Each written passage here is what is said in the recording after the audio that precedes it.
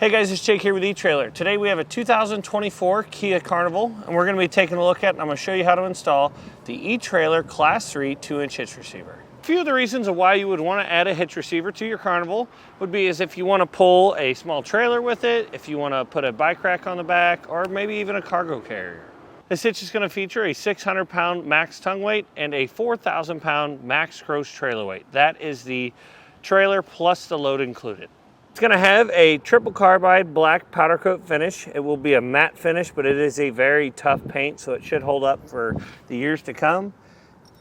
You're going to have your standard 5/8" hitch pin hole. The hitch pin and clip do not come with the hitch, but chances are if you pick up an accessory from us, like a ball mount cargo carrier or a bike rack, it's going to come with one.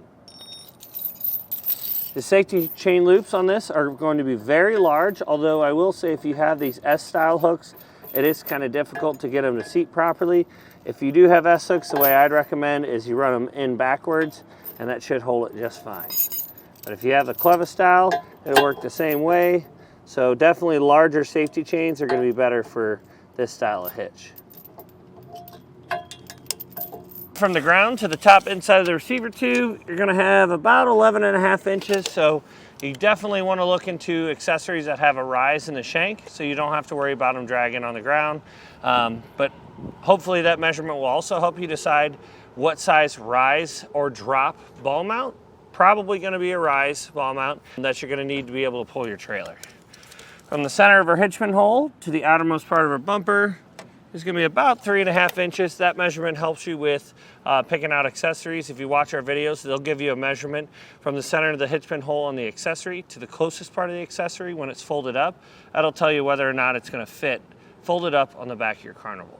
Now, as you can see, we do have an exposed cross tube, and typically in the world of hitches, that means that the installation is probably going to be a little bit easier, which in this case it is. You just have to remove one plastic panel, drop down your exhaust just a little bit, just so you can get more access to put the hitch up into place.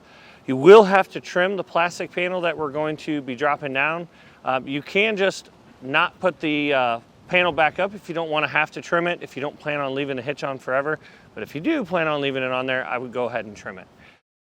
Because it is that exposed cross tube, the installation is not very difficult at all. The only thing I would recommend is if you can get yourself a set of car ramps, borrow them from a friend or purchase them off of our website, and you can back your car onto it. That'll give you a little bit more room to be able to work under there. Now, with all that being said, let's go ahead and pull it in the shop and show you how we did it. To begin our installation, we're going to have a few push pin fasteners underneath this plastic panel that we're going to have to remove. So we'll just go around the edge, popping out the center, and then the base should pull right out.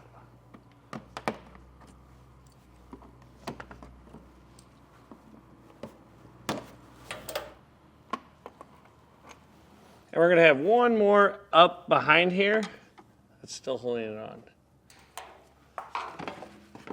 And we'll pull our panel down, set it to the side.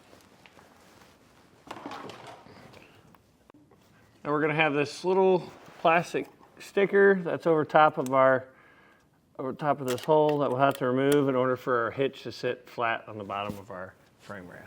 Over on the passenger side, we're going to have to lower our exhaust. So we'll spray the hanger with some soapy water.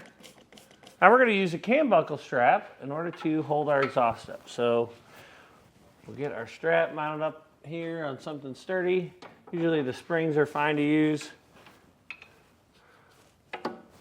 That on there, and we just need this to support the exhaust. Once we take that hanger off, it's going to want to drop, so we'll remove that and then lower our exhaust so we can get the hitch passed up through here.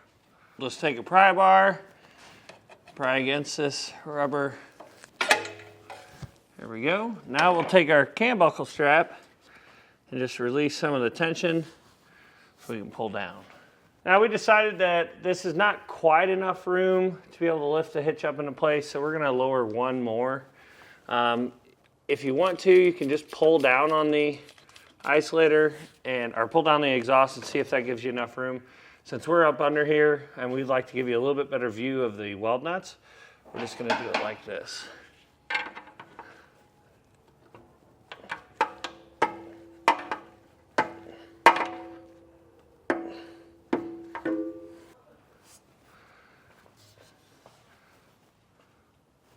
There we go. That should be enough room to be able to sneak our hitch up in there and get our hardware in place.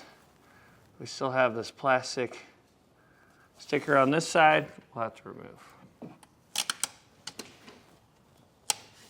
Now in your weld nuts, regardless of how old your vehicle is, if it's older, you'll definitely want to do this, and you may end up having to tap the threads again. But you're definitely going to want to clean them out with penetrating oil.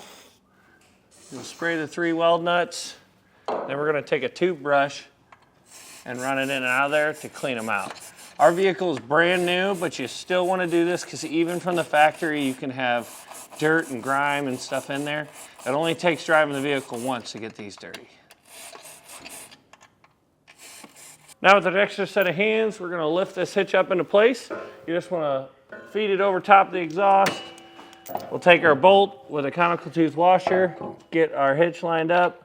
If you put it in the middle hole there, it should hold the hitch up into place pretty good so that we can get the rest of our hardware in place.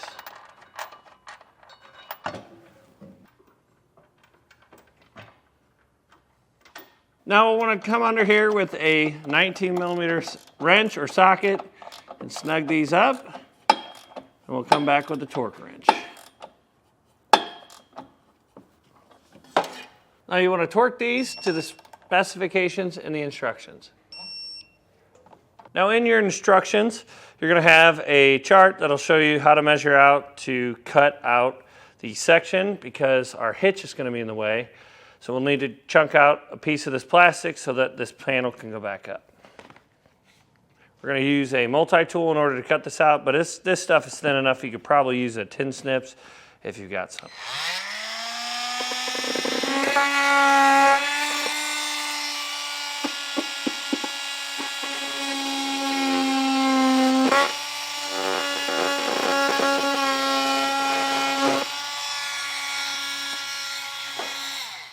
Clean this up with a razor blade and get it back in place.